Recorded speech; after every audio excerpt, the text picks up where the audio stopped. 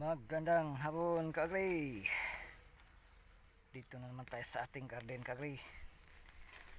Ngayon kagri, ang gagawin natin, mag-pruning tayo sa ating talong kagri.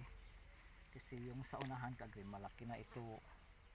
Huli ito kagri kasi namamatay ito kagri dito kagri. Ating tinanim na huli ito. Kasi doon malaki na, dito yung maliit pa. Yung maliit kagri, itong huli ating i-prune kagri. Sa umpisa kagri, ang kailangan ating kutsilyo o gunting kagri ating ano kagri, hygiene natin, lagyan ng punasan natin ng alcohol kagri. Ito kagri, hindi ko na dalang alcohol, pinunasan ko na doon. At ngayon kagri, mag pruning na tayo kagri. Tanggalin natin yung dahon sa baba para manatili siyang malusog kagri ang ating tanim.